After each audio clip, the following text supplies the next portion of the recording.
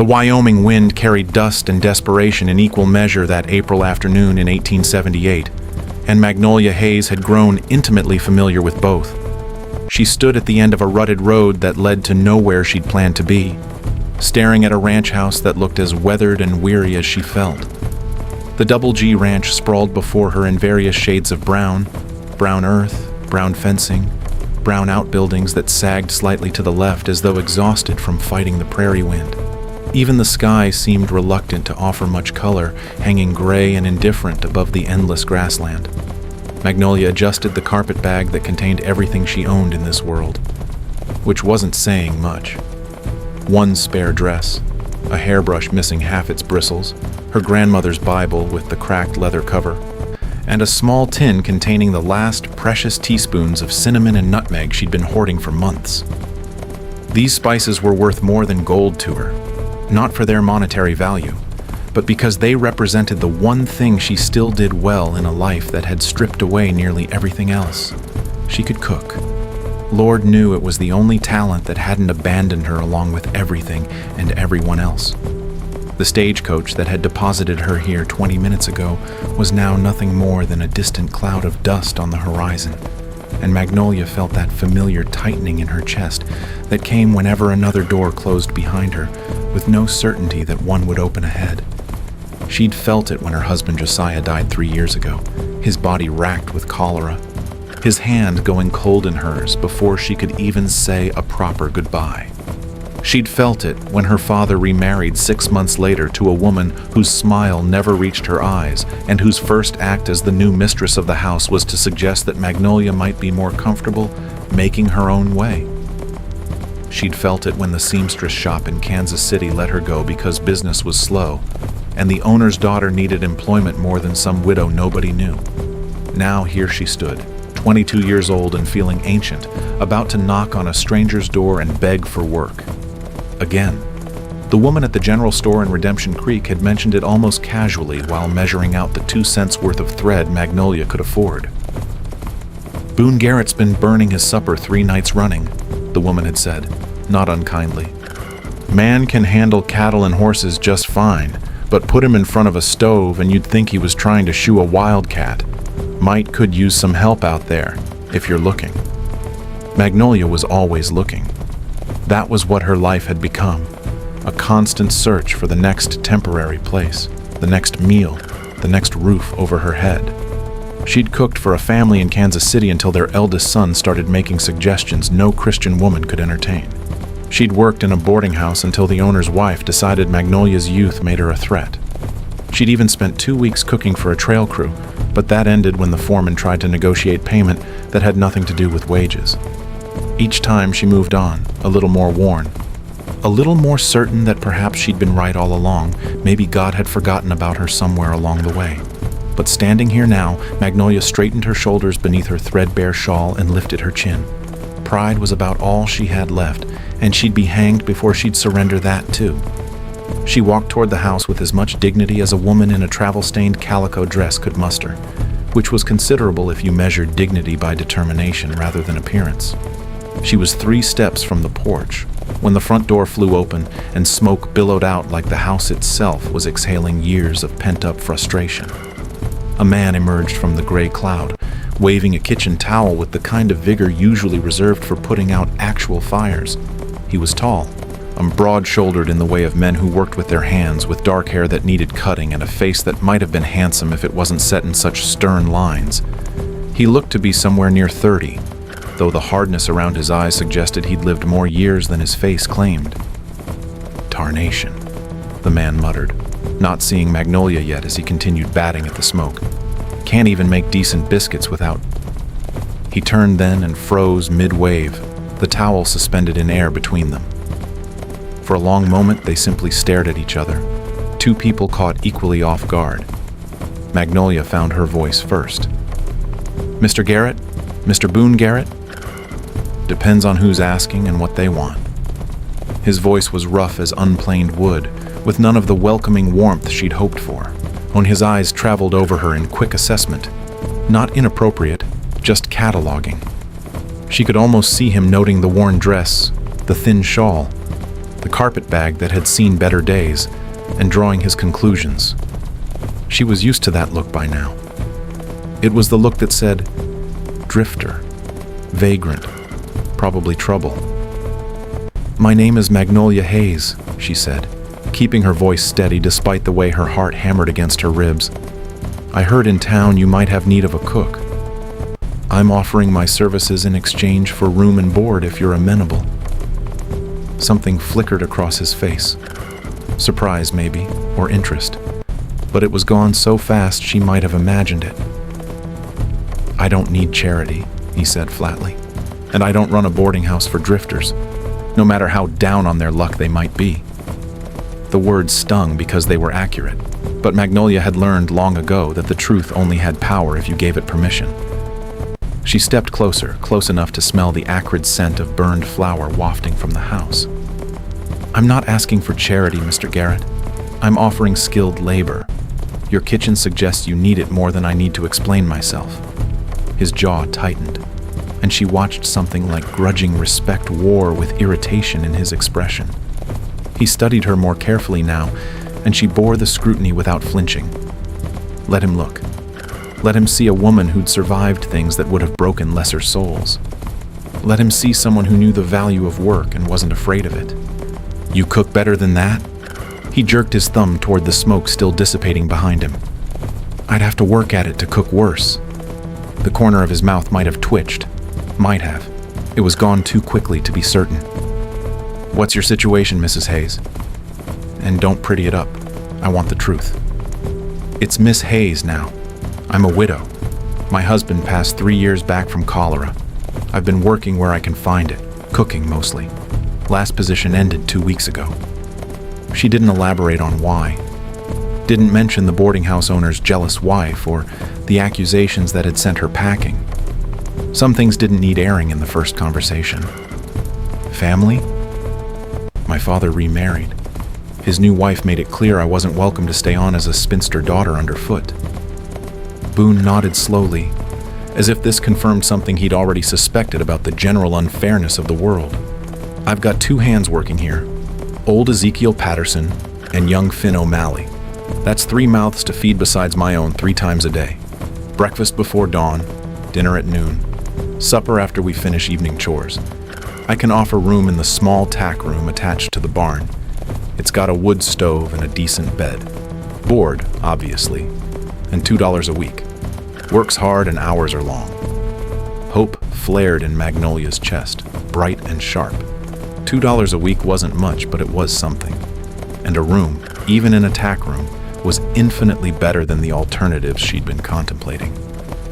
"That sounds more than fair, Mr. Garrett. I accept." "Hold on." He raised a hand, and the hope in her chest flickered uncertainly. "There's one more condition, and it's not negotiable."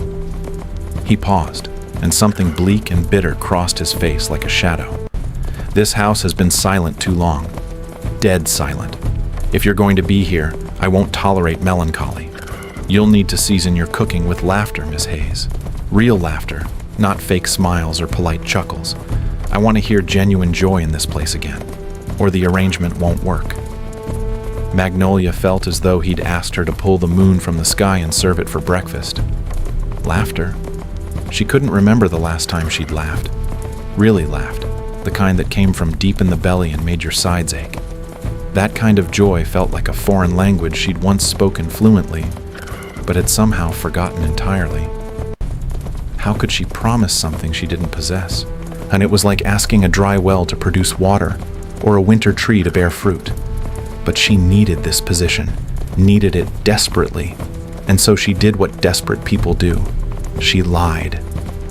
"Agreed," she whispered, the word tasting like ash on her tongue. Boone studied her for another long moment, and she had the uncomfortable feeling he knew exactly what that agreement had cost her. Knew it was hollow. But something in his expression suggested he understood hollow agreements, had made a few himself, perhaps. "All right then," he said finally. 6 weeks. That'll take us through the end of spring roundup. We'll see how it goes from there, and if it's working for both parties, we can discuss something more permanent. But I'm making no promises, Miss Hayes. This is business. nothing more. Don't get attached to the place or the people in it. I understand perfectly, Mr. Garrett. Business. She extended her hand, and after a moment's hesitation, he shook it. His hand was calloused and warm, his grip firm but not crushing. It was the handshake of a man who kept his word, whatever else he might be. Come on then. I'll show you the tack room and the kitchen. Might as well start with supper tonight if you're up for it. Lord knows those biscuits aren't fit for anything but doorstops. He picked up her carpet bag before she could protest, and she followed him around the side of the house toward a sturdy barn that looked considerably better maintained than the house itself. The tack room was small but clean, with whitewashed walls and a narrow bed covered with a faded quilt. A small potbelly stove sat in one corner, and a simple washstand with a chipped basin occupied another. A single window looked out over the pasture where cattle grazed in the distance. It wasn't much, but Magnolia had stayed in far worse. At least it was private, and the bed appeared free of vermin. It's not fancy, Boone said, sounding almost apologetic, which surprised her. It's perfect. Thank you. He nodded brusquely, as if embarrassed by her gratitude. Kitchen's in the house. I'll show you where everything is, and then I need to get back to work. Fence line needs mending before dark. He led her back to the house, through the lingering smoke smell in the front room, and into a kitchen that made Magnolia's fingers itch to organize it. The kitchen was spacious enough, with a good cast iron stove, a dry sink, and a sturdy table that could seat 6. But it was chaos. Dishes were piled haphazardly near the sink, flour dusted every surface like snow, and she could see at least 3 different pots with the remnants of various failed meals burned onto their bottoms. The pantry, when Boone opened it, was surprisingly well stocked but completely disorganized. Canned goods mixed with dry goods. No rhyme or reason to any of it. Like I said, I'm not much for cooking, Boone said, and she detected the faintest note of embarrassment in his voice. The hands and I have been making do, but I'll admit it's been rough going. I can work with this, Magnolia said, already mentally cataloging what she'd need to do first. Clean everything, organize the pantry, inventory supplies, plan meals. Her hands actually tingled with anticipation. This was something she knew how to do, something she was good at. In a life that had stripped away so much, cooking remained her constant, her gift, the one thing that gave her purpose. Supper's usually around 6, Boone said. I'll introduce you to Zeke and Finn then.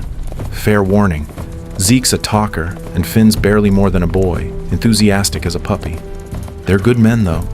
They'll treat you respectful or answer to me. I appreciate that, Mr. Garrett. Just Boone. We're not formal out here. He moved toward the door, then paused. Miss Hayes? About the laughter. I know it's a strange condition, but I meant what I said. This place needs life in it again. I'll do my best, Mr. Boone. But even as she said it, she wondered how you forced joy into existence when your heart felt like a stone.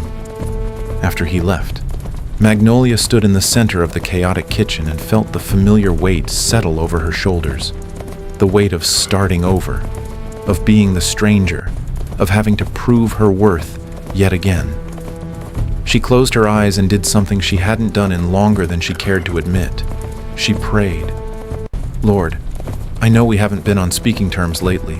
I know I've been angry with you, blamed you for taking Josiah and the baby, for letting my father cast me aside for all of it. But I'm asking now, please let this work. Please let me be enough. And if you're listening, if you still care about someone as lost as me, maybe you could help with that laughter business too, because I surely don't know how to find it on my own anymore. She opened her eyes, rolled up her sleeves, and got to work.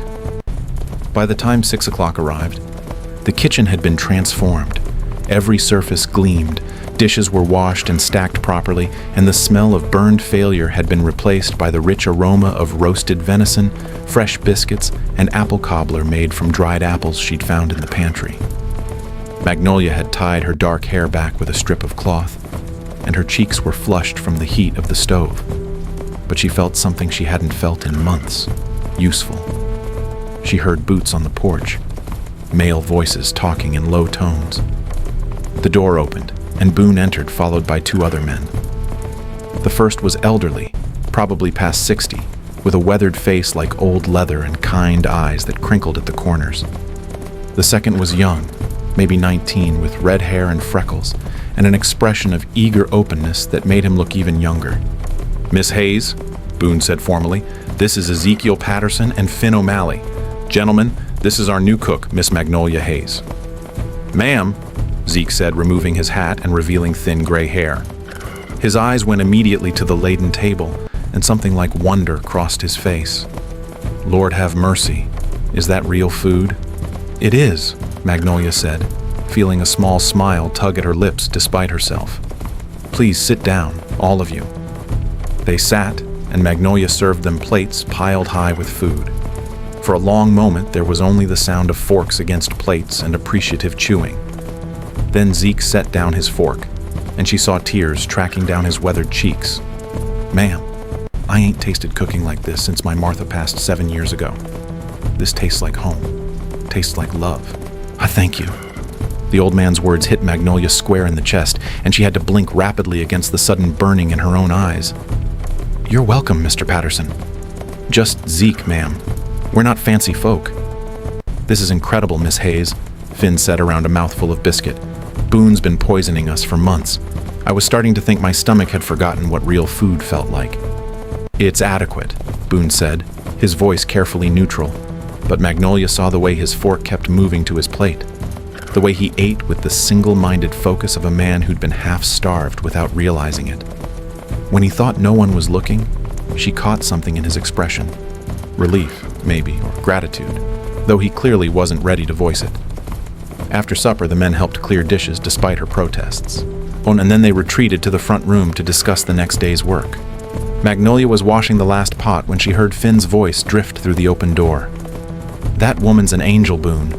You better do whatever it takes to keep her around." "It's a 6-week arrangement, nothing more," Boone's voice came back, firm and unyielding. "She's an employee, that's all." "Still say you'd be a fool to let her go," Zeke added. "Been a long time since this place felt like anything other than a way station for lonely men." Maybe that's what we all needed. Someone to remind us what living feels like instead of just surviving. Magnolia dried her hands slowly, Zeke's words echoing in her mind. Living instead of just surviving. When had she stopped living? When Josiah died? When she lost the baby? When her father chose his new wife over his own daughter? Somewhere along the way, she'd stopped participating in life and had merely endured it, moving from one temporary situation to the next, like a ghost haunting her own existence. She looked around the now organized kitchen at the clean surfaces and the empty plates stacked neatly, evidence that she'd fed people tonight, nourished them. It was a small thing, but it mattered. She mattered here, at least for the next 6 weeks. That night, lying in the narrow bed in the tack room, listening to the prairie wind whistle through the cracks in the walls, Magnolia pulled out her grandmother's Bible. She hadn't opened it in weeks, maybe months. The leather was worn smooth from years of her grandmother's hands, and when Magnolia opened it, it fell naturally to Psalm 147, and a passage her grandmother had marked long ago. "He healeth the broken in heart, and bindeth up their wounds," she read softly. "He telleth the number of the stars, he calleth them all by their names." Broken hearts, she certainly qualified. And wounds, she had plenty of those, most of them invisible but aching nonetheless. The second part struck her differently tonight, though. God knew the number of stars and called them by name. If he could track every star in the infinite sky, surely he could see one lost widow in Wyoming. Surely he hadn't forgotten her, even if it felt that way most days. She closed the Bible and set it on the small table beside the bed, then blew out the lamp. In the darkness, she whispered, "I'm still here, Lord, still broken, still lost, but still here. If you have plans for me, I'm listening." Finally. The wind was her only answer, but somehow, in the small tack room attached to a barn on a struggling ranch in the middle of nowhere, Wyoming, Magnolia Hayes felt the first tiny flutter of something she'd thought long dead. Not quite hope. She wasn't ready to call it that yet. But maybe the distant cousin of hope. Maybe the faint possibility that tomorrow might be different than yesterday. Maybe the whisper of a promise that she wasn't quite as alone as she'd believed. It would have to be enough. In the ranch house, Boone Garrett sat at the kitchen table long after Zeke and Finn had retired to the bunkhouse. The house was quiet again, but it was a different kind of quiet than before. The air still held the lingering scent of Magnolia's cooking, and somehow that changed everything. The silence wasn't empty anymore. It was full of possibility, and that terrified him more than he wanted to admit. He'd meant what he'd told her. This was business, nothing more. He'd learned the hard way what happened when you let yourself care too much, trust too deeply. His brother and his fiancée had taught him that lesson thoroughly 4 years ago, and he'd be damned if he'd forget it now. Violet had looked at him with those blue eyes and promised forever, and he'd believed her, right up until the moment he found her in Cade's arms 2 weeks before the wedding. Her lips on his brother's mouth, her hands tangled in his hair. "I'm sorry, Boone," she'd said afterward, not sounding sorry at all. "But you're so serious all the time, so joyless. Cade makes me laugh. Life's too short to spend it with someone who's forgotten how to smile." Those words had burrowed into his soul like splinters, festering and infected. Joyless. Too serious. Not enough. His own brother had agreed, had chosen betrayal, and when Boone confronted him, Cade had shrugged. If you'd been different, maybe she would have chosen different. Don't blame us for your shortcomings. They'd married and left for California, and Boone's parents had died that winter in a blizzard while trying to reach a neighbor's sick child. In the span of 6 months, Boone had lost his intended wife, his brother, and both parents. He'd thrown himself into the ranch, working until his hands bled and his body collapsed from exhaustion, because work was the only thing that made sense anymore. Work didn't betray you. Work didn't choose someone else. Our work was honest. He'd stopped going to church except to maintain appearances, stopped praying, stopped believing that God had any interest in the affairs of one bitter rancher in Wyoming. He'd become exactly what Violet had accused him of being, joyless, serious, alone. And then today, a woman with sad eyes had appeared on his porch offering to cook for shelter, and he'd demanded laughter as payment. What madness had possessed him? He couldn't even produce laughter himself, yet he'd demanded it from a stranger who looked as broken as he felt. But there was something about her. Something in the way she'd lifted her chin when he'd called her a drifter. Something in the way her hands had moved with such certainty in the kitchen, creating order from chaos. Something in the quiet dignity with which she bore her circumstances. She reminded him of something he'd almost forgotten, that survival itself was a kind of courage. Boone picked up his own Bible from where it sat, collecting dust on the shelf. He didn't open it, wasn't ready for that yet. But he held it, feeling the weight of it, remembering when faith had come easily, when he'd believed prayer changed things, when he'd thought God was good and life made sense. "If you're up there," he said quietly to the empty kitchen, "if you're listening at all anymore, I don't know what you're doing. Don't know why you'd send me someone as lost as I am. But if there's a reason, if there's some purpose I'm too blind or too stubborn to see, maybe you could give me eyes to see it. Because right now I'm just tired. Tired of being angry, tired of being alone, tired of the silence." No answer came, but Boone hadn't expected one. He put the Bible back on the shelf, extinguished the lamp, and climbed the stairs to his empty bedroom. Tomorrow would come early, as it always did, and there was work to be done. But somewhere in the darkness between waking and sleeping, a thought occurred to him that he couldn't quite shake. Maybe healing didn't happen all at once. Maybe it happened in small moments, in shared meals, in organized kitchens, in the way someone said thank you like they meant it. Maybe God didn't shout his plans from heaven. Maybe he whispered them through the arrival of unexpected strangers. Boone fell asleep thinking about sad eyes and steady hands. And for the first time in 4 years, he didn't dream about betrayal. He dreamed about morning coming, about sunrise over the prairie, about possibility. 3 weeks turned the Double G Ranch from a place of mere survival into something approaching actual living, and everyone noticed the change except the two people responsible for it. Magnolia moved through her days with quiet efficiency, rising before dawn to start coffee and biscuits, preparing dinner at noon that the men wolfed down with gratifying enthusiasm, and creating suppers that turned the evening meal into the highlight of everyone's day. She organized, cleaned, mended, and tended to 100 small details that no one had realized were missing until they were suddenly present. But the laughter Boone had demanded remained conspicuously absent.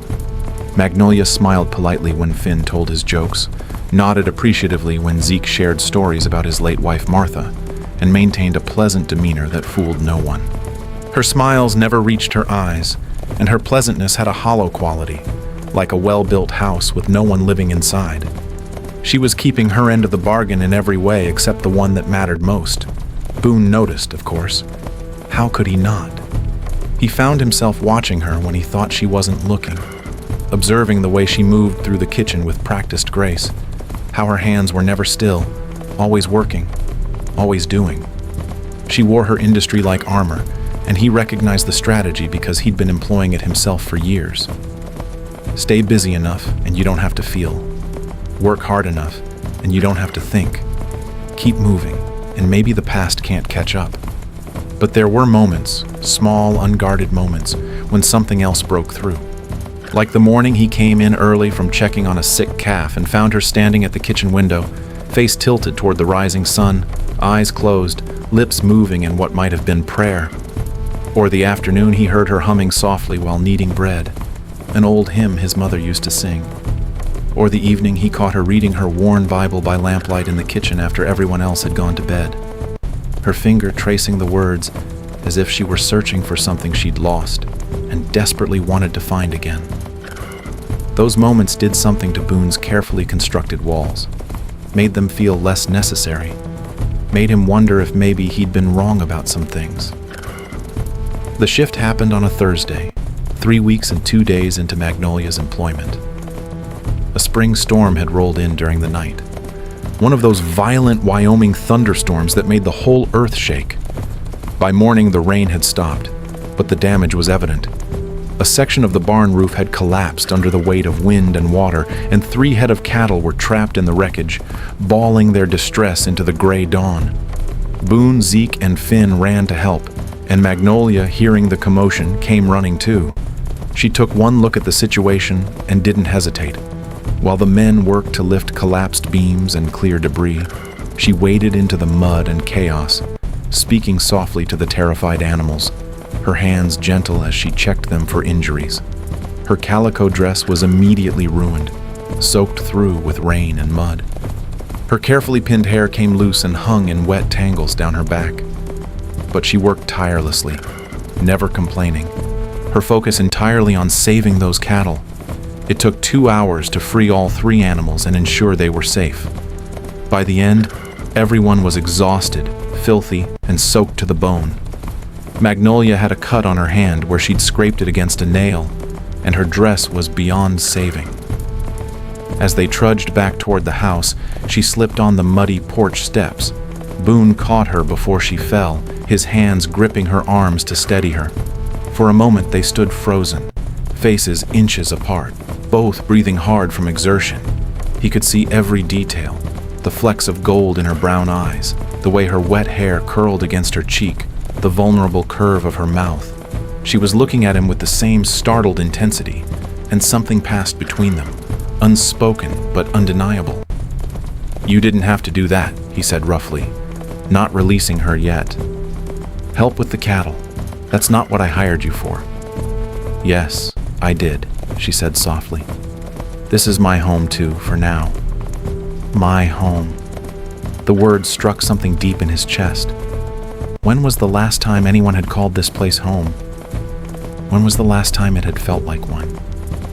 He released her and stepped back, and they both looked down at themselves, covered head to toe in mud, utterly bedraggled. For a moment they stood in awkward silence. Then Magnolia looked at her ruined dress, at the mud caking her shoes, at Boone who looked like he'd been wrestling pigs, and something unexpected happened. She laughed. It started small, just a little hiccup of sound that might have been a cough. But then it grew, bubbling up from somewhere deep inside, genuine and unstoppable. "Yeah, I look like I lost a fight with a swamp," she gasped between laughs. "A swamp that was particularly angry with me." Finn, who'd been watching this exchange, started chuckling. Zeke joined in. And then, to everyone's amazement, including his own, Boone felt his own lips twitching, felt the strange sensation of laughter rising in his chest, like something that had been buried alive and was finally breaking free. "You look like a drowned prairie dog," he said, and Magnolia laughed harder, which made Finn double over, which set Zeke wheezing. And suddenly they were all standing in the muddy yard, laughing like fools at nothing and everything, at the absurdity of the situation, and the release of tension, and the simple joy of being alive and together in that moment. When the laughter finally subsided, Magnolia was smiling, really smiling, and Boone realized it was the first time he'd seen genuine happiness on her face. It transformed her, made her look younger, made him see past the widow and the worker to the woman underneath. A woman who'd survived terrible things but hadn't forgotten how to laugh when given the chance. "That's the first time I've heard you laugh," he said quietly, seriously. "Real laughter. It was worth the wait." Her smile faltered, uncertainty replacing joy. "I didn't think I remembered how," she admitted. "Feels strange. Like wearing shoes that used to fit, but you've forgotten what they felt like. Maybe you just needed the right reason." Their eyes held for another long moment before Zeke cleared his throat diplomatically. "Reckon we all need to get cleaned up before we track any more mud through the house. Miss Magnolia, you need any help with that hand?" Magnolia looked down at her cut palm as if she'd forgotten about it. "It's nothing, just a scratch. But yes, I should go change." She glanced down at her dress with rueful amusement. "I think this dress has fought its last battle."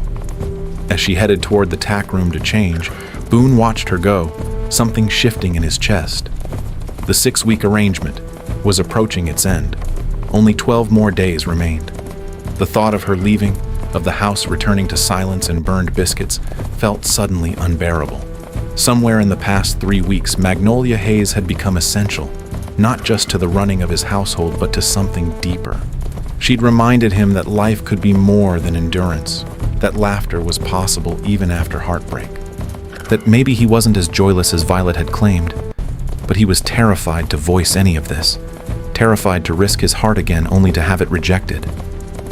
What if he offered her permanent employment and she said no? What if she was only staying because she had nowhere else to go? What if he'd misread everything and she felt nothing beyond professional obligation? That night at supper, the conversation was different, livelier. Magnolia told a story about learning to cook from her grandmother, a formidable woman who'd apparently ruled her kitchen with an iron skillet and more love than seemed humanly possible. Finn shared tales of growing up in Ireland before his family emigrated, of green hills and endless rain. Zeke talked about meeting his Martha, how she'd rejected his first 3 proposals before finally agreeing on the 4th. What changed her mind?" Magnolia asked, genuinely curious. "I stopped trying to convince her with words," Zeke said with a faraway smile. "Started showing her instead. Brought her flowers every Sunday, fixed her daddy's wagon without being asked, proved I was steady, reliable, that I'd be there in good times and bad. Words are easy, Miss Magnolia. Anyone can say anything, but actions tell the truth." Boone felt the words settle over him like a challenge. What actions had he shown Magnolia except wariness and emotional distance?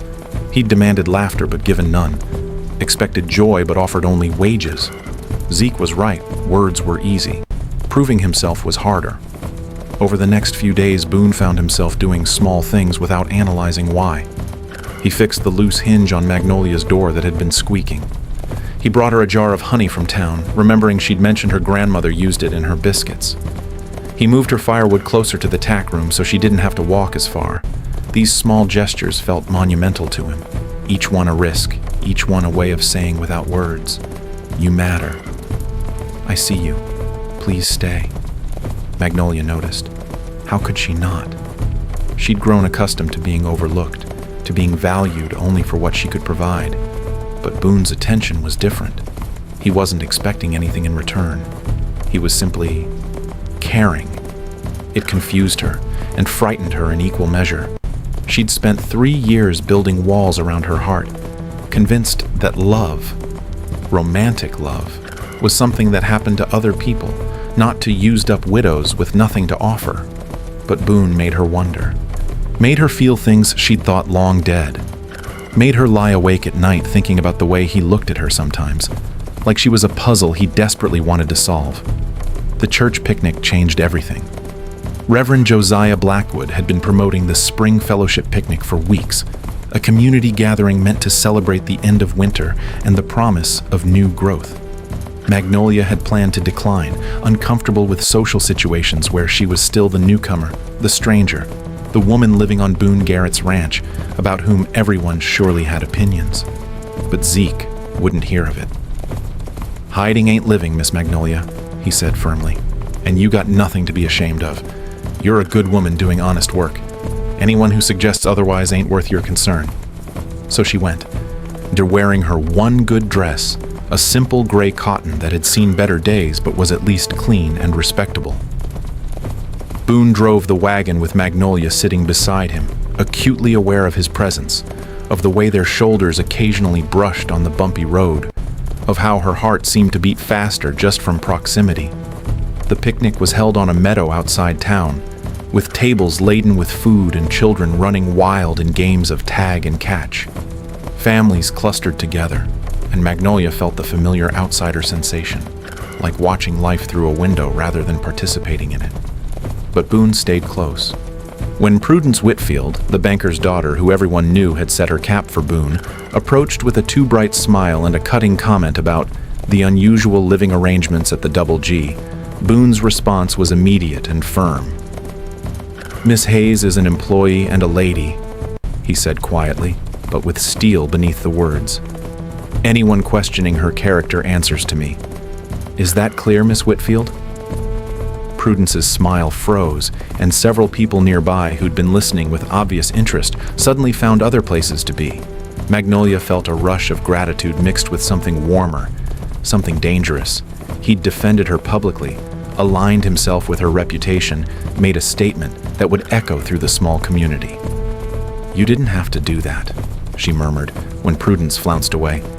"Yes, I did," Boone said, echoing her words from the barn rescue. "I won't let small-minded gossip hurt someone who doesn't deserve it." Later, during the children's games, Magnolia watched a young mother chase her toddler, both laughing with pure joy. The sight hit her like a physical blow, and she excused herself, walking quickly toward the creek that bordered the meadow. She made it to the water's edge before the tears came, hot and fast, all the grief she'd been holding back for 3 years suddenly overwhelming. She didn't hear Boone approach until he spoke. "Magnolia," she tried to wipe her face to compose herself. "I'm sorry. I just needed a moment. Want to tell me what caused it?" He wasn't demanding, just offering. She could refuse, and he'd respect that. But suddenly she was tired of carrying it alone. "I was to have a child," she heard herself say. "Lost the baby at 4 months. I felt the quickening, the first movements, and I thought everything would be all right. 2 weeks later, the baby was gone. Josiah died 14 days after that. Sometimes I wonder if God was punishing me for something, if I did something wrong, if I could have—" "No," Boone interrupted firmly. He moved closer, close enough that she could feel his warmth. "Not punishment. Life is just broken sometimes. Random and cruel and unfair. I used to think I could control it, that if I was good enough, faithful enough, that God would protect me from heartbreak. Then my brother stole my fiancée. My parents died, and I realized that suffering doesn't discriminate. It comes for all of us eventually." "That's a bleak perspective," Magnolia said, "but without judgment. Maybe. But here's what I'm learning, what you've helped me see these past weeks. The question isn't why suffering happens. The question is what we do with it. Do we let it define us, make us bitter and closed off? Or do we somehow let it crack us open, make us more compassionate, more real, more human? You sound like you're speaking from experience." And so he told her everything. About Violet and Cade, about finding them together, about the wedding that never happened, about years of feeling not good enough, too serious, joyless. He told her about his parents' death and the crushing loneliness that followed. He told her about losing his faith and going through the motions, because it was easier than admitting he felt abandoned by God. 4 years, he said quietly. 4 years of being angry and alone and convincing myself it was safer that way, that if I didn't let anyone in, I couldn't be hurt again. Then you showed up asking for work, and somehow you started reminding me that walls aren't the same as safety, that being alone isn't the same as being protected, that maybe the risk of pain is worth it if it means actually living instead of just existing. Magnolia was crying again, but for different reasons now. I've been doing the same thing, keeping everyone at distance, telling myself it was better not to hope, not to want, not to risk caring about anything too much because it always gets taken away. But these weeks here, they've been different. I feel like I'm waking up from a long sleep. They stood by the creek in the afternoon sunlight, two broken people tentatively reaching toward wholeness. And something fundamental shifted. The air between them felt charged, full of possibility and fear and hope all tangled together. "I don't want you to leave when the 6 weeks are up," Boone said, his voice rough with emotion. "I want to offer you permanent employment, $4 a week, not 2. Same arrangement, but ongoing. You can stay as long as you want." Magnolia's heart sank even as part of her rejoiced. Permanent employment, security, a place to belong, but still just employment, still just business. She realized with painful clarity that she'd been hoping for something else, something more. She'd been falling in love with Boone Garrett, and he was offering her a raise. "I need to think about it," she managed to say, her voice unsteady. "Of course. Take all the time you need." He sounded disappointed, and she wondered if he'd expected a different answer. But what did he expect? That she'd be thrilled to be his employee indefinitely? That she'd be satisfied with wages when her heart wanted so much more? They returned to the picnic, but the afternoon was strained, both of them caught in separate disappointments, neither quite understanding the others. That evening, back at the ranch, Magnolia sat in the tack room with her grandmother's Bible open on her lap. She wasn't really reading, just staring at the pages, at words that had once brought comfort but now felt like accusations. Why had God brought her here only to break her heart again? Why let her fall in love with a man who saw her as an employee, a convenience, a solution to his domestic problems? A knock on her door interrupted her spiraling thoughts. She opened it to find Reverend Blackwood standing there, hat in hand, concern on his kind face. "Miss Magnolia, I hope I'm not intruding. May I speak with you for a moment?" She invited him in, curious and wary. "I heard about Boone's offer," the Reverend said without preamble. "Heard about your hesitation, and I wanted to share some observations, if you'll permit me." "Go ahead." "I've known Boone Garrett for 3 years since I came to Redemption Creek as pastor. In all that time, I've never seen him as he's been these past weeks. He's been sleepwalking through life, Miss Magnolia. Going through motions, attending services but not worshiping, existing but not living. Then you arrived and something changed. He's more present, more engaged. At the picnic today, the way he defended you, the way he stayed close, that wasn't the behavior of an employer looking after an employee. That was the behavior of a man who cares deeply and is terrified to admit it. But he offered me employment, Reverend. Not because he's afraid," Reverend Blackwood interrupted gently. "Because he's been rejected in the most painful way possible, and offering employment feels safer than offering his heart. Men who've been wounded guard themselves fiercely, Miss Magnolia. Sometimes they need to know the risk is worth taking. Sometimes they need to see that they won't be rejected again." "You're saying I should tell him?" "I'm saying that God brought you both to this place for a reason. Two broken hearts learning to beat again, learning to risk again, learning to trust that love is possible even after devastation. But both of you are waiting for the other to take the first step, to risk rejection, to be vulnerable. Someone has to be brave first." After he left, Magnolia sat for a long time in the gathering darkness, being brave, taking the risk, trusting that maybe, just maybe, God hadn't forgotten her after all. That maybe this was the redemption she'd been praying for without realizing it. She knew what she had to do. The next morning, she found Boone in the barn, working on repairing the storm damage. Her heart hammered so hard she thought he must surely hear it. "Boone, I need to speak with you." He set down his hammer, wiping his hands on his pants. "About the offer? If you need more money?" "I can't accept your offer," she interrupted, forcing the words out before courage failed. His face fell, a disappointment and hurt flashing across his features before he could mask them. "I see. You found something better." "No." She stepped closer, close enough to see the confusion in his eyes. "I've found something I want more than employment. I don't understand." This was it, the moment of absolute vulnerability, the risk that could shatter her if he rejected her. But Reverend Blackwood was right. Someone had to be brave first. "I can't work for you, Boone, because I've fallen in love with you. Somewhere between the burned biscuits and the barn collapse and the church picnic, I started hoping for more than wages.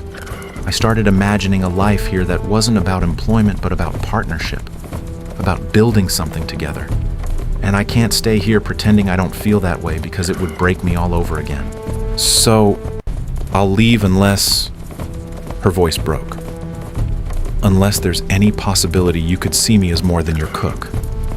Unless you could love someone broken like me." The silence stretched so long she thought she might die from it. Then Boone moved, closing the distance between them in 2 strides, his hands framing her face with a gentleness that made her breath catch.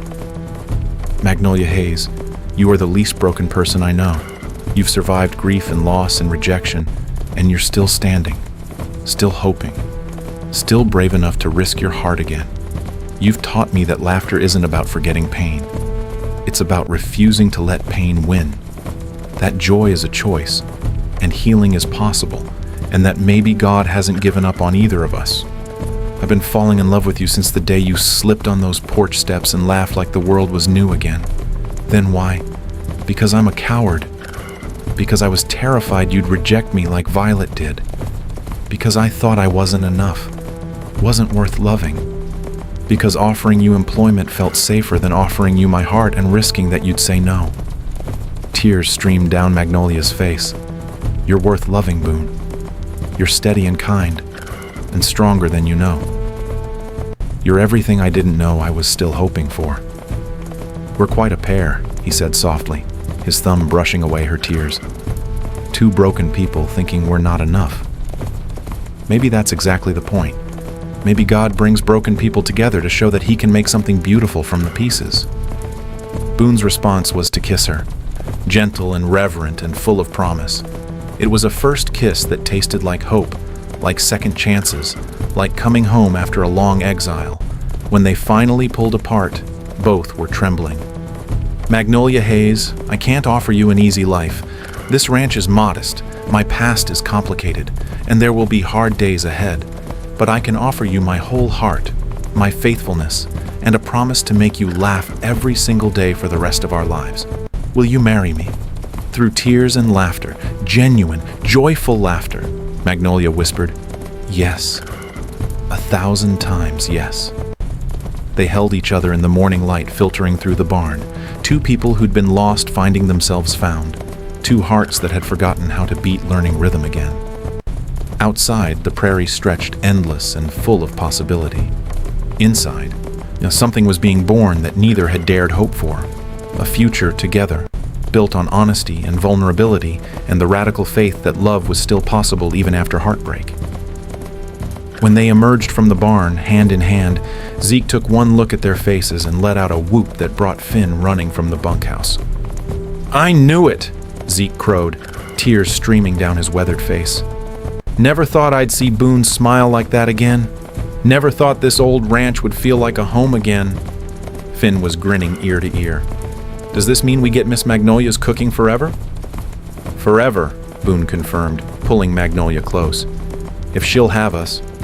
"I'll have you," Magnolia said, looking up at the man she loved. All of you. This strange, wonderful, unexpected family. That evening, when they gathered around the kitchen table, Boone and Magnolia, Zeke and Finn, and made plans.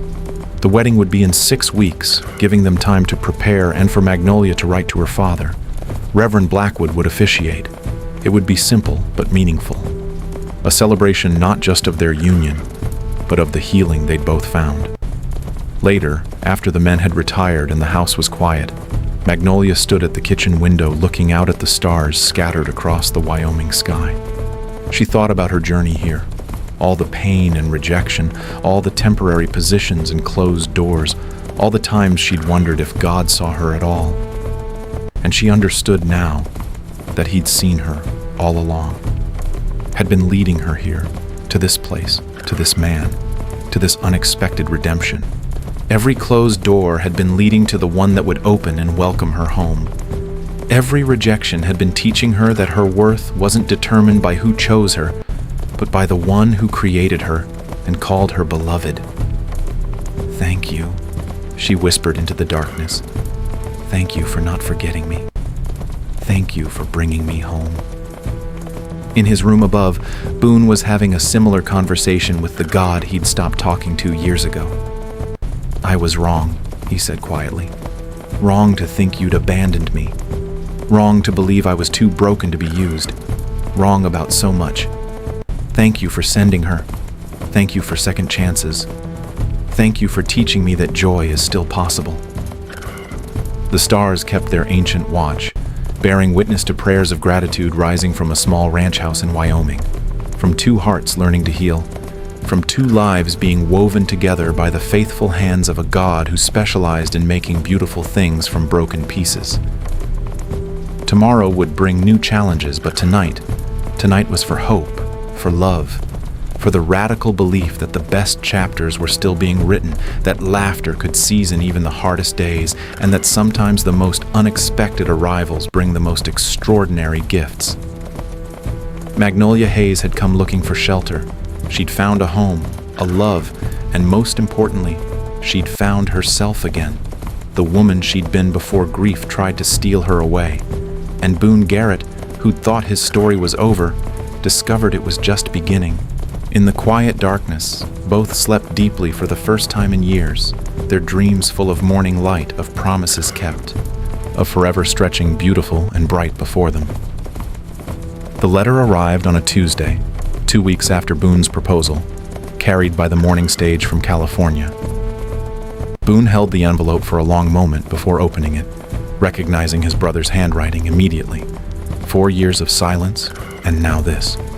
His hands trembled slightly as he unfolded the paper, and Magnolia, seeing his distress, moved close, her presence a steadying comfort. "It's from Cade," Boone said, his voice tight. He read silently, his face going through a series of emotions: shock, grief, confusion. When he finished, he handed the letter to Magnolia without a word. She read it carefully, her heart breaking with each line. Violet had died in childbirth 3 months ago, leaving Cade with 3 children: Ruby, 6 years old, Benjamin, 4, and baby Lily, just 2. Cade's letter was raw with desperation. He'd tried to manage alone but was drowning. The children needed stability. He needed help. And despite everything, despite the betrayal and the years of separation, he was asking Boone if he could bring the children to Wyoming. If there was any possibility of reconciliation. If Boone could find it in his heart to help the family that had once shattered his own. "What do you want to do?" Magnolia asked softly, setting the letter down. "I don't know." Boone's voice was rough with conflicting emotions. "Part of me wants to write back and tell him to figure it out himself, that he made his choices and now he has to live with them. That's the angry part, the part that's been nursing resentment for 4 years. And the other part? The other part remembers that Cade is my brother, that those children are my nieces and nephew, that Violet dying doesn't erase the fact that Ruby and Benjamin and Lily exist and need family." He ran his hands through his hair in frustration. I don't know if I can do this, Magnolia. I don't know if I can face them, without all that old bitterness rising up. Magnolia took his hands, grounding him. You don't have to decide alone. We're in this together now. And while I can't tell you what to do, I can tell you what I've learned about forgiveness. It doesn't mean forgetting what happened or pretending it didn't hurt. It means refusing to let bitterness steal your future. It means choosing freedom over chains. You've forgiven those who hurt you, your stepmother, the people who rejected you. I'm working on it every day. Some days are easier than others. But I've found that holding on to anger is like drinking poison and waiting for the other person to die. It doesn't hurt them. It just destroys me from the inside. She paused, choosing her words carefully. Those children didn't betray you, Boone. They're innocent in all of this. And if you turn them away, you'll have to live with that decision forever. But if you help them, if you choose grace even when it's hard, you'll be choosing the kind of man you want to be. Boone was quiet for a long time, staring out at the prairie as if the endless grass held answers. Finally, he spoke. What if I can't forgive him? What if I try and the resentment is too strong? Then you'll deal with that honestly. But at least give yourself the chance. Give him the chance. Give those children the family they need. She squeezed his hands. And remember, you won't be doing this alone. I'll be here. We'll figure it out together. That evening, Boone drafted a response. It wasn't easy or eloquent, but it was honest. He wrote that Cade could come, that there was work on the ranch and a place for the children. But he also wrote that reconciliation wouldn't happen overnight, that there were wounds that needed time to heal, that honesty, not pretense, would have to govern their relationship. He could offer his brother a fresh start, but trust would have to be rebuilt slowly, earned through actions rather than words. When he finished, he showed the letter to Magnolia. She read it and nodded. This is good. This is honest. It doesn't promise more than you can give, but it doesn't close the door either. I'm scared, Boone admitted. Scared I'll fail at this. Scared the old anger will take over. Scared those children will remind me of everything I lost. Being scared and doing it anyway, that's courage. That's faith. That's exactly what God's been teaching both of us these past weeks. That we're stronger than we thought. That healing is possible even when it seems impossible. The wedding preparations continued even as they waited for Cade's reply. The women of Redemption Creek rallied around Magnolia with surprising warmth. Tabitha Ames, a rancher's wife with a kind smile and no-nonsense demeanor, took Magnolia under her wing, organizing the other women to help with preparations. Even Prudence Whitfield, swallowing her pride and jealousy, contributed fabric for Magnolia's wedding dress, a peace offering that Magnolia accepted with grace. I misjudged you, Prudence said stiffly when she delivered the fabric. I thought, well, it doesn't matter what I thought. I was wrong. You're good for him. Good for this whole community, actually. And I'm sorry for the unkind things I said. Thank you for saying that, Magnolia responded warmly. It takes courage to admit when we're wrong. And the fabric is beautiful. I'll think of your kindness every time I wear the dress. The simple exchange represented something larger. Magnolia's gradual acceptance into the community, her transformation from outsider to neighbor, from stranger to friend. People began stopping by the ranch with gifts, a quilt pieced together by the church women, a set of dishes from the general store owner, a hand-carved wooden spoon from old Zeke, who'd spent his evenings whittling it in secret. Even Magnolia's father wrote back, a letter that was stiff and formal but genuine in its congratulations. He wrote that he was sorry for not protecting her better after Josiah's death, sorry for letting his new wife make her feel unwelcome, sorry for choosing peace in his household over his daughter's well-being. He included a small sum of money, not much, but given with sincerity, and a note that said simply, "May God bless your new family. You deserve happiness, daughter." Magnolia cried when she read it, tears that were equal parts grief and relief. It wasn't full reconciliation, but it was a beginning. It was her father's way of saying she mattered, that he recognized his failures, that he wished her well. Sometimes healing didn't happen all at once. Sometimes it came in small gestures, in delayed apologies, or in the willingness to try again, even when relationships had been damaged. Cade's response came 10 days later. He would arrive in early June with the children, just 1 week before Boone and Magnolia's wedding. The timing was both terrible and perhaps divinely orchestrated, throwing them immediately into the deep waters of family complexity while they were still navigating their own new relationship.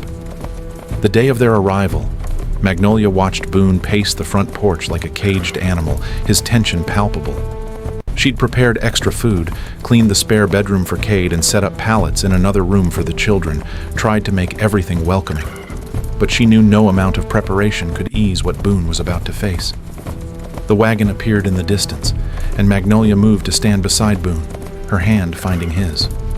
"Remember, you're not alone in this." "I don't know what to say to him," Boone admitted. "Don't know how to act around the children." "Then just be honest. Children can sense pretense. They'll respect truth more than performance." When the wagon pulled up, Magnolia got her first look at Cade Garrett. He was younger than Boone, probably 26, but he looked older, gaunt, exhausted, with grief carved into every line of his face. The children were equally worn. Ruby, a serious-faced 6-year-old with dark hair and wary eyes, Benjamin, a small 4-year-old who clung to his sister's hand, and baby Lily, sleeping in Cade's arms, her face peaceful in complete contrast to the tension surrounding her. Cade climbed down from the wagon, moving slowly, as if the weight he carried was more than physical. He handed Lily to Ruby with practiced care, and then turned to face Boone. The brothers stood 3 feet apart, 4 years of separation and pain between them like a canyon. "Boone," Cade said, his voice rough, "I know I got no right to ask anything of you. I know what I did was unforgivable. But my kids," his voice broke, "they need stability, they need family, and I need to face what I'd done, need to try to make it right if that's even possible." Boone's jaw was tight, his hands clenched at his sides. Magnolia could feel the war raging inside him, anger versus compassion, justice versus mercy, past versus future. She said nothing, just stood beside him, a silent reminder that whatever he chose, she would support him. "I can't promise this will be easy," Boone said finally, his voice carefully controlled. "I can't promise I'll forget what happened or that we'll be what we were. But those children need family, and you need help, so you can stay. There's work on the ranch, and we'll figure out the rest as we go." Relief flooded Cade's face, so profound it was almost painful to witness. "Thank you.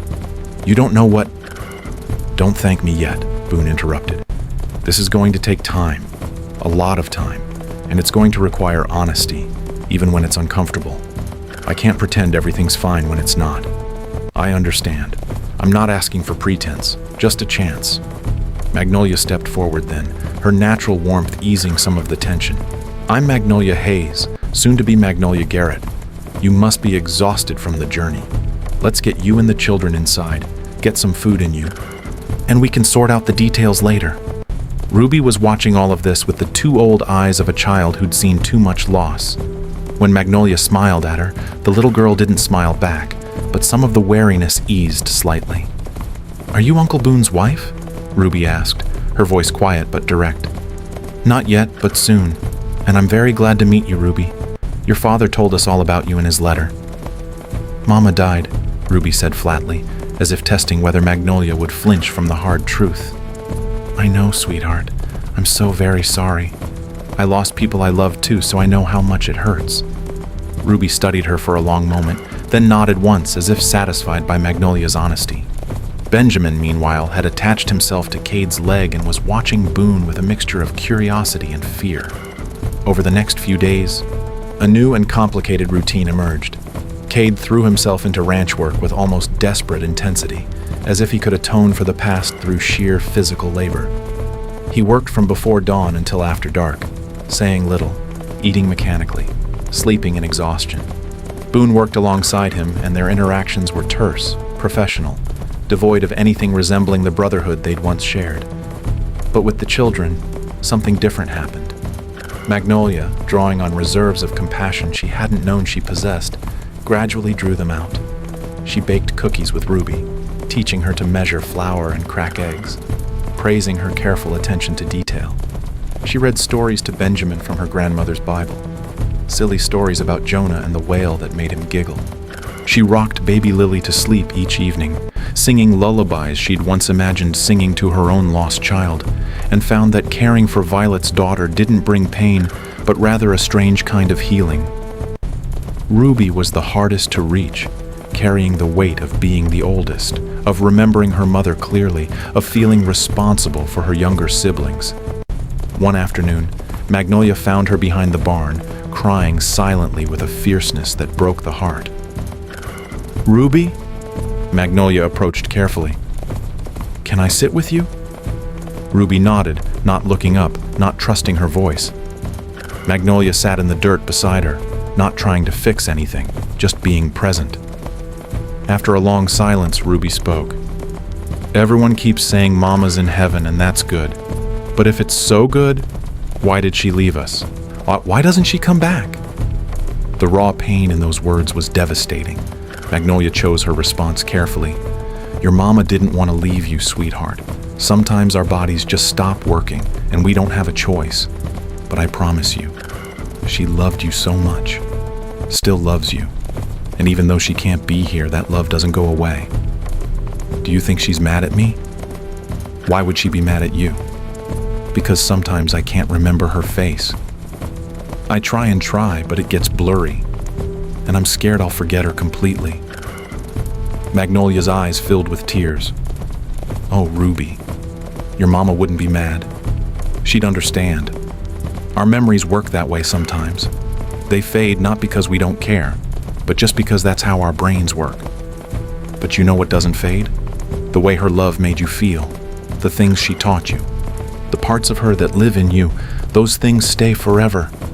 Ruby finally looked at her, tears streaming down her small face. "Are you going to be our mama now?" The question hung in the air, weighted with so much hope and fear. Magnolia chose her words with utmost care. "Your mama was a special person who loved you more than anything. I could never replace her, and I wouldn't try. But I promise to love you, care for you, and be here whenever you need me. Would that be all right?" Ruby considered this seriously, then nodded.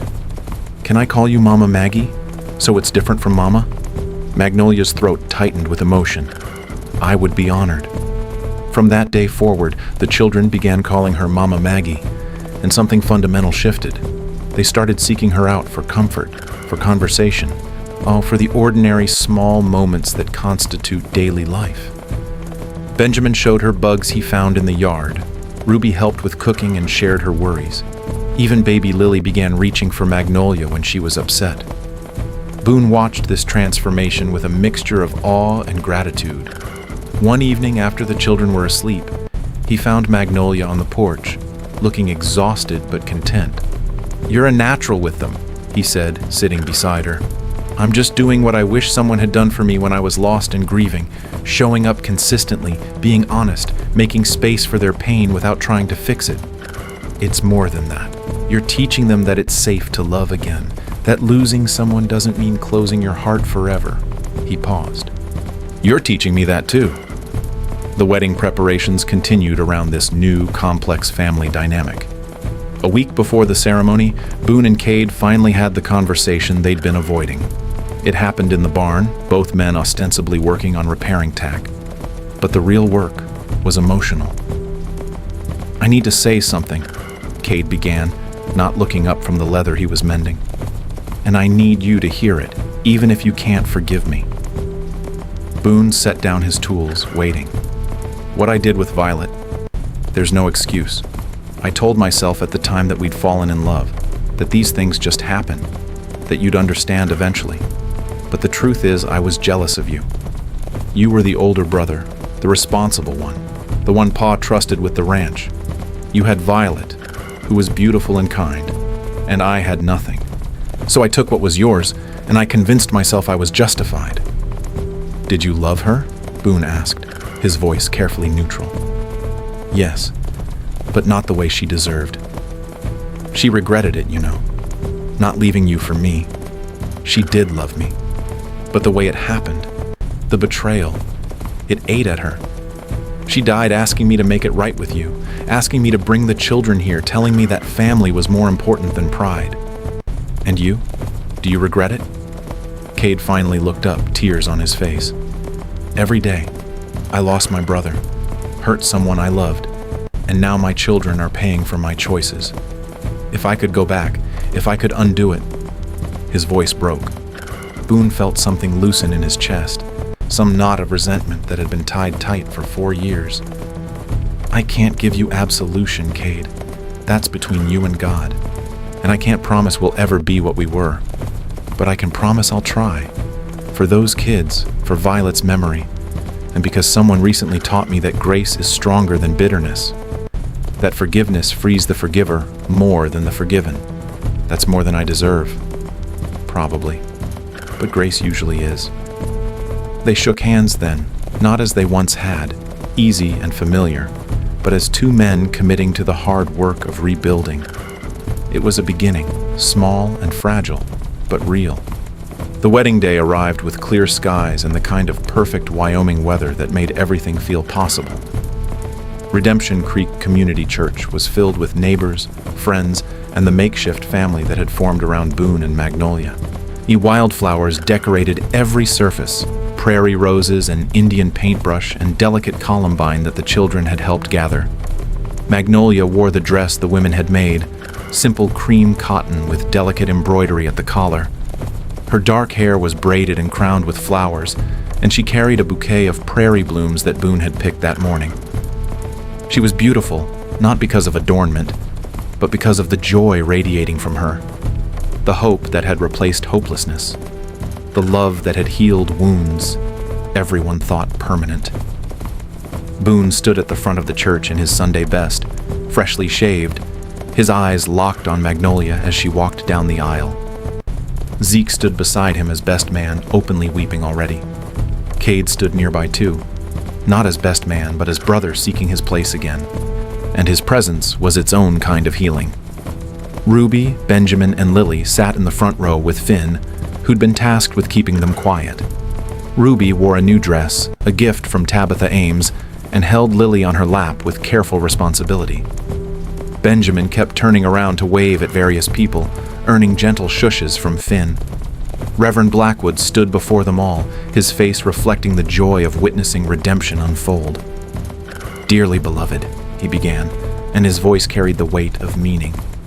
"We are gathered here today to witness the union of Boone Garrett and Magnolia Hayes, two souls who have walked through the valley of sorrow and emerged with hearts still capable of love. Their story is proof that God wastes nothing, not our pain, not our tears, not our broken hearts. He redeems it all, transforms it all, uses it all for purposes we cannot see until we look back and marvel at his faithfulness." He spoke about second chances, about the courage required to risk love after loss, about faith that persists even in darkness. He spoke about family being built not just through blood, but through choice and commitment and grace. And then he invited Boone and Magnolia to share their vows. Boone took Magnolia's hands, his voice steady despite the emotion in his eyes. "Magnolia, before you came into my life, I was merely surviving. I'd forgotten how to hope, how to laugh, how to believe that joy was possible after heartbreak. You taught me that laughter isn't about forgetting pain. It's about refusing to let pain win. That healing happens not in one dramatic moment, but in 1,000 small choices to trust, to risk, to try again. I promise to cherish you, protect you, and remind you every day that you're not alone, that you're loved exactly as you are. You're my answered prayer, the grace I didn't know I needed." Magnolia's voice trembled but held strong. "Boone, you gave me shelter when I had nothing, but more than that, you gave me a reason to believe in tomorrow. You showed me that worth isn't determined by who rejects us, but by the God who created us. I promise to stand beside you in every season, in joy and sorrow, in prosperity and struggle, in certainty and doubt. I promise to fill our home with laughter, to remind you daily that you're worthy of love, and to build with you a family grounded in grace and faith." When Reverend Blackwood pronounced them husband and wife, the church erupted in applause. Benjamin shouted, "They kissed!" with such enthusiasm that everyone laughed, the sound washing over the congregation like a blessing. Even Boone laughed, that full, genuine laughter that had been absent for so long, and Magnolia joined him, their joy infectious and complete. The reception was held at the Double G Ranch, tables overflowing with food that the community had prepared using Magnolia's recipes. There was music from Finn's fiddle, dancing on the packed earth of the yard, and the kind of celebration that binds communities together through shared joy. Prudence Whitfield approached Magnolia during the festivities, her expression genuine. "I owe you an apology I didn't give properly before. I was cruel because I was jealous. But watching you two today, you're right together. You balance each other. And more than that, you've made him happy in a way I never could have. So thank you, and I hope you'll forgive me." "Already forgiven," Magnolia said warmly, embracing the other woman. "It takes courage to admit when we're wrong. And who knows, maybe your own love story is just waiting for the right chapter." As the afternoon wore into evening, Kate approached Boone and Magnolia where they stood greeting guests. "I don't deserve to be part of this day," he said quietly. "But I want you both to know what you're doing for my kids, for me, it's more grace than I ever thought possible. You're giving them what I can't right now: hope, stability, a family that functions." Boone surprised them both by extending his hand to his brother. "We're family, Cade. That means something, even when it's messy, even when it's complicated. We're figuring it out together."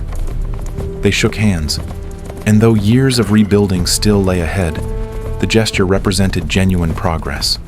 Forgiveness beginning its slow, necessary work. That night, Boone and Magnolia retreated to the main bedroom, which Boone had spent weeks renovating. New curtains hung at the windows, a beautiful quilt covered the bed, and fresh wildflowers sat on the dresser. Magnolia stood in the doorway, taking it all in, tears streaming down her face. "You did this? Wanted you to feel it was yours from the beginning. Ours." They talked late into the night, about their hopes and fears, about the children and Cade, about the ranch and the future. The intimacy of marriage was tender and beautiful, a physical expression of the emotional and spiritual union they'd already formed.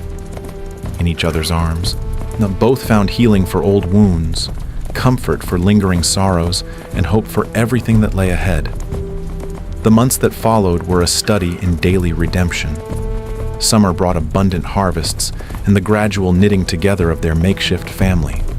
Ruby began to smile more, her natural sweetness emerging as she felt secure. Benjamin followed Boone around the ranch like a devoted shadow, absorbing everything his uncle taught him. Lily toddled everywhere, filling the house with her laughter and mischief. Cade worked tirelessly, slowly rebuilding not just his relationship with Boone, but his sense of self. The brothers would never be as they were before. Too much had happened. Too many words couldn't be unsaid. But they were forging something new, something more honest. A brotherhood built on truth rather than assumption. A fall brought its own blessings. The harvest was abundant, the cattle thrived, and the Double G Ranch prospered in ways it hadn't in years. Magnolia hosted a Thanksgiving feast, inviting Reverend Blackwood, Zeke, Finn, Tabitha Ames and her family, and a dozen others from Redemption Creek. The house overflowed with people, laughter, and the kind of fellowship that feeds souls as thoroughly as food feeds bodies. At the feast, Boone stood to speak, his arm around Magnolia, his voice thick with emotion. "A year ago, I was alone, bitter, convinced God had forgotten me. I'd closed my heart and decided that surviving was the best I could hope for. Then this remarkable woman appeared asking for work, and slowly, so slowly I didn't even realize it was happening, she brought this house back to life, brought me back to life, taught me that joy is a choice, that grace is stronger than bitterness, that family is something you build through love rather than just inherit through blood." Magnolia added her own words. "I came here expecting temporary shelter and found a permanent home. Expected wages and found purpose. Expected to keep surviving and discovered I could live again. God is faithful, even when we can't see it, even when we doubt it. He was writing this story long before we knew we were in it. Around the table, heads nodded in agreement.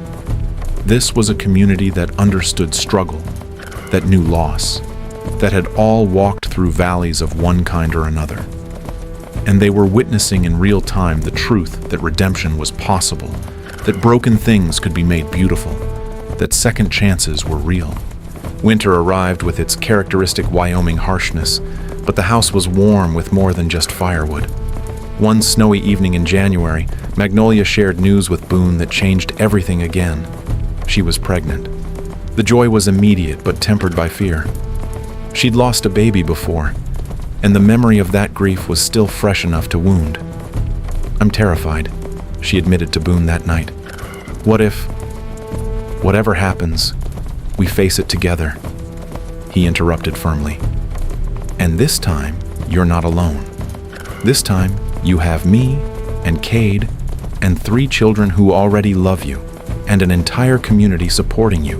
Different circumstances, different outcome."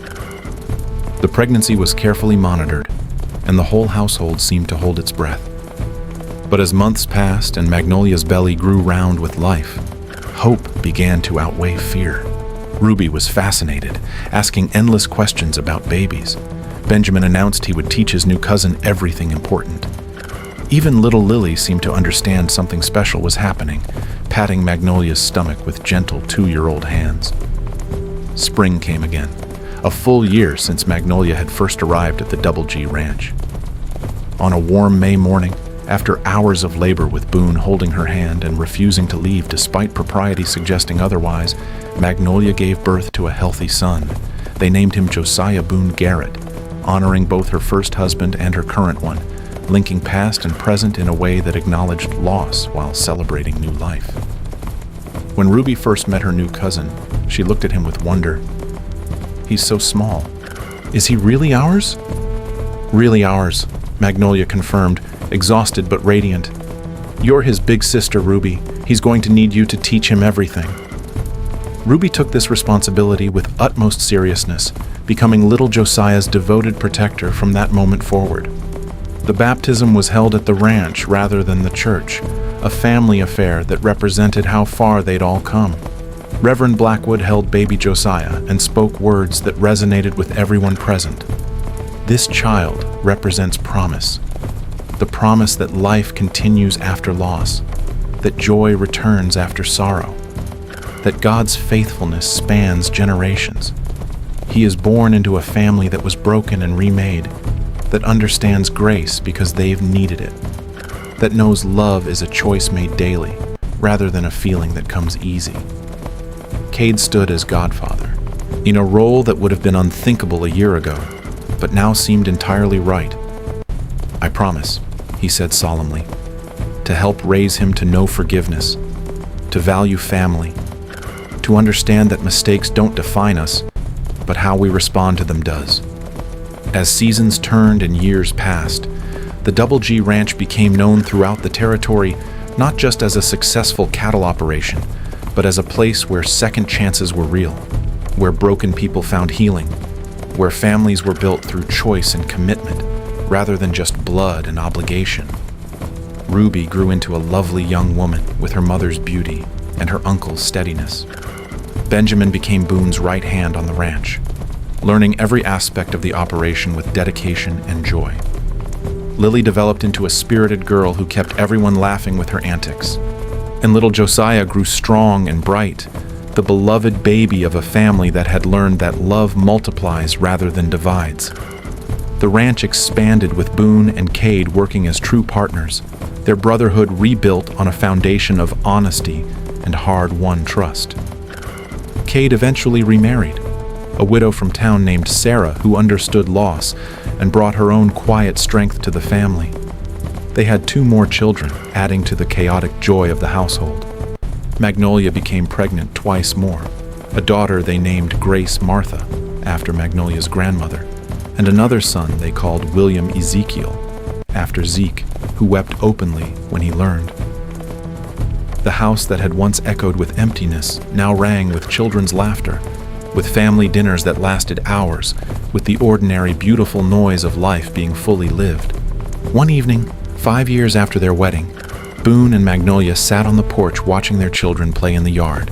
Ruby teaching Benjamin how to dance, Josiah toddling after Lily, the sun setting in glorious colors over the Wyoming prairie. "Remember when you demanded I season with laughter?" Magnolia asked, taking Boone's hand. "I do. It seemed impossible at the time. Listen." She gestured to the joyful chaos around them. Children shrieking with laughter, Zeke telling jokes that had Finn doubled over, Kate and Sarah having an animated discussion about something that clearly amused them both. "You didn't just get laughter, you got a whole symphony of joy." Boone pulled her close, kissing her temple. "We didn't just bring laughter, we brought life to each other. God just used a cooking arrangement to do it." As darkness fell and stars began appearing in the vast Wyoming sky, the Double G Ranch glowed with lamplight and love, a testament to the truth that God specializes in redemption, that second chances are real, that broken pieces can be made into something more beautiful than what existed before. Magnolia and Boone's story became legend in Redemption Creek, told and retold not because it was perfect, but because it was real. Two broken people who learned that rejection doesn't define worth, that forgiveness frees the forgiver, that family is forged through trials, that laughter is a choice to trust God's goodness, and that forever love is built through daily decisions to show up, to be honest, to choose grace. The widow who'd arrived with nothing but a carpetbag and cooking skills left behind a legacy, a thriving ranch, a healed family, a community impacted by grace, children who knew, bone deep, that they were loved and chosen and never alone, and most importantly, the living proof that God redeems everything. Every tear, every loss, every closed door, every rejection, all of it woven into a story more beautiful than anyone could have written alone. Years later, when Ruby married and had children of her own, she would bring them to the ranch and tell them the story of how Mama Maggie came to the Double G Ranch offering to cook for shelter, and how Uncle Boone said she could only stay if she seasoned with laughter. And she'd tell them how two people who'd forgotten how to laugh found joy again, how two people who'd been rejected found belonging, how two people who'd stopped believing in love found forever. And that, Ruby would always conclude, her children gathered at her feet in the very kitchen where it all began, is why we never give up, why we keep choosing faith over fear, hope over despair, love over bitterness.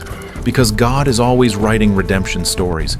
We just have to be brave enough to let Him.